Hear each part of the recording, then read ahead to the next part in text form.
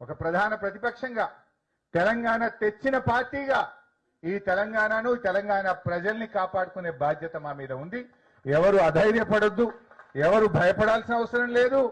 మేమున్నాం మీకు అండగా. ఇప్పుడు అసెంబ్లీ కూడా జరగబోతా ఉంది. ఈ అసెంబ్లీ సమావేశాల లోపే ఇది పరిష్కరిస్తారు. ఎందుకు అనుకుంటున్నా అంటే రేపు అసెంబ్లీ నడవనిస్తాం. ఇది కాకపోతే మేము అసెంబ్లీ సెప్టెంబర్ మొదటి వారంలో అసెంబ్లీ పెట్టారట.